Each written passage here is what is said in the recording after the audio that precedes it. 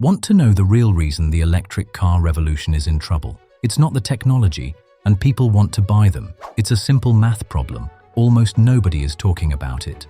By the end of this video, you'll understand why those 2035 deadlines are mathematically impossible and what that means for your future. You've seen the headlines. By 2035, most major economies mandate zero-emission vehicles. The plan sounds simple. Replace 1 billion combustion engines with electric motors and batteries. Governments are on board. Automakers are investing hundreds of billions. You probably assume the only challenge is building enough factories. But here's the thing. Factories are the easy part. A Tesla Gigafactory takes 2 years to build. A lithium mine, 16 years. And right now, we're announcing battery plants faster than we're discovering the mineral deposits to feed them. This isn't a political argument against green energy. The math on emissions is clear. EVs can reduce lifetime CO2 by 60 to 75% compared to gas cars. But there's different math that nobody put on the billboard. The International Energy Agency says we'll need 9 times more lithium by 2035 and twice as much copper. Even if every single announced mine gets built on schedule, which never happens, we'll still be missing 50% of the lithium and 30% of the copper. So here's what we need to ask. Can the EV for everyone dream actually happen on this timeline? Today, we're not debating whether EVs work. We're asking if the math adds up. Let's start with a number that should scare you. To hit net zero targets, we need to replicate the entire history of copper mining in the next 15 years. Think about that. Humanity has pulled copper from the ground for over 10,000 years. We built empires with it. We wired continents. We created the modern electrical grid. And now, we need to do all of that again, in a decade and a half, just to electrify transportation. The IEA's 2024 report lays it out. Lithium demand will increase 7 to 9 times by 2035. Nickel and cobalt, about 3 times. Copper, double. And that's just for EVs. It doesn't include wind turbines, solar panels, or grid infrastructure. Here's where it gets uncomfortable. Even if every announced mining project actually gets built, and historically only half do, mine supply will cover roughly 70% of projected copper demand and only 50% of lithium demand in EV-heavy scenarios. So why the gap? Because we confused demand signals with physical reality. In a normal market, when demand spikes, supply follows. Capitalism 101. But mining doesn't work like that. You can't just print more lithium. You can't spin up a new server. Geology dictates where minerals exist. Bureaucracy dictates how fast you can dig them up. And physics dictates how much rock you have to move. Consider this. To get enough copper for one large wind turbine, you move 200 to 300 tons of ore. For a single EV battery, about 250 kilograms of minerals, extracted from thousands of kilograms of rock. Now multiply that by 1 billion vehicles. Can you picture that? A 2024 study in Nature Communications modeled what US EV targets actually require. They found that between 2027 and 2032, existing global production could support about 5 million EVs. The EPA's proposed rules assume at least 10 million. That's a 50% shortfall. And that's just for one country. We're building the engines of the future, but we haven't secured the fuel to run them. And unlike oil, which flows through pipelines, these minerals have to be crushed, processed, refined, and shipped. Each step takes years to scale. The velocity problem isn't that we'll never have enough minerals. It's that we can't get them out of the ground fast enough. The factory can be ready in 2 years. The mine, it'll still be waiting for permits. Even if we solve the speed problem, we hit the next wall, where this stuff actually is. For decades, the West fought wars over oil, staged coups, reshaped entire regions, all to secure access. The promise of the EV revolution was supposed to be different. Energy independence, no more reliance on unstable petrostates, no more Middle Eastern entanglements. But here's the uncomfortable truth. We're not escaping resource dependency. We're just trading one for another. Right now, China processes 60 to 90% of the world's lithium, cobalt, and rare earth elements. The Democratic Republic of Congo supplies roughly 70% of global cobalt. Indonesia controls about 40% of nickel production. If any one of these countries restricts exports, Western EV production could halt overnight. This isn't hypothetical. In 2023, China announced export restrictions on gallium and germanium, two critical minerals used in semiconductors and solar panels. It was a warning shot. The message was clear. If you want to build your green future, you need our permission. Indonesia is already leveraging its nickel dominance. They're forcing foreign companies to build processing facilities locally. They watched China's playbook and learned, don't just export the raw material, control the entire value chain. The comparison to OPEC is obvious, but it's actually worse. OPEC countries could restrict oil supply, but they couldn't stop other nations from refining it. With critical minerals, China doesn't just mine them. They spent 2 decades building the refining infrastructure that no one else has. Even if the US or EU opened new lithium mines tomorrow, they'd still ship the ore to China for processing. Let's be clear about what this means for you.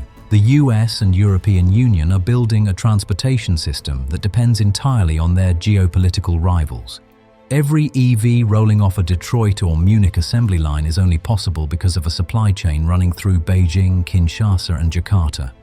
We thought moving to green energy meant energy independence. In reality, we just replaced a dependency on unstable Middle Eastern oil with a dependency on a Chinese processing monopoly and a handful of resource-rich nations in the global south.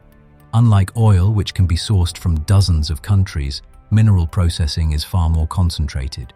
There's no easy way to diversify when one country controls 80% of refining capacity and has a 20-year head start. The EV revolution was supposed to free us from resource wars. Instead, it's setting up the next one. The only question is whether Western governments realize this before they made promises they can't keep.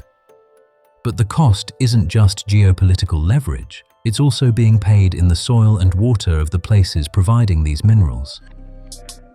There's a village in Chile's Atacama Desert that doesn't exist anymore, not because of climate change, not because of a natural disaster. It was abandoned because the solution to climate change drained it dry. The Salar de Atacama is one of the world's largest lithium reserves, a vast salt flat where brine is pumped up and evaporated to extract lithium. It's also one of the driest places on Earth, and lithium extraction there consumes roughly 65% of the region's water. For the indigenous communities who've lived there for generations, the Green Revolution looks a lot like the old Industrial Revolution. Extractive, destructive, and imposed from the outside. Groundwater tables have dropped, agricultural land has turned to dust, ancestral settlements have been abandoned, not because people wanted to leave, because there's no water left to sustain life. We're destroying local ecosystems to save the global climate. Now, let's talk about the Democratic Republic of Congo. A 2024 investigation by RAID found severe water pollution around industrial cobalt and copper mines. Contamination from cobalt, lead, arsenic, and even uranium, affecting hundreds of thousands of nearby residents. The same cobalt that powers zero-emission vehicles in California is poisoning the drinking water of Congolese families. And it's not just water. Every ton of mined lithium emits around 15 tons of CO2. The refining process is energy-intensive, often powered by coal in countries with cheap electricity. So while an EV produces fewer emissions over its lifetime than a gas car, and the data on that is solid, it starts its life with a massive carbon debt. Here's the part that should make you uncomfortable. The emission savings from EVs are real, but they're backloaded. You pay the environmental cost up front. Water depletion, toxic runoff, habitat destruction, and you get the climate benefit over 10 to 20 years of driving. What they see is their land being sacrificed for someone else's clean conscience. This isn't an argument against EVs. The life cycle analysis is clear. Over their full lifespan, EVs emit 60 to 75% less CO2 than gas cars, even accounting for battery production.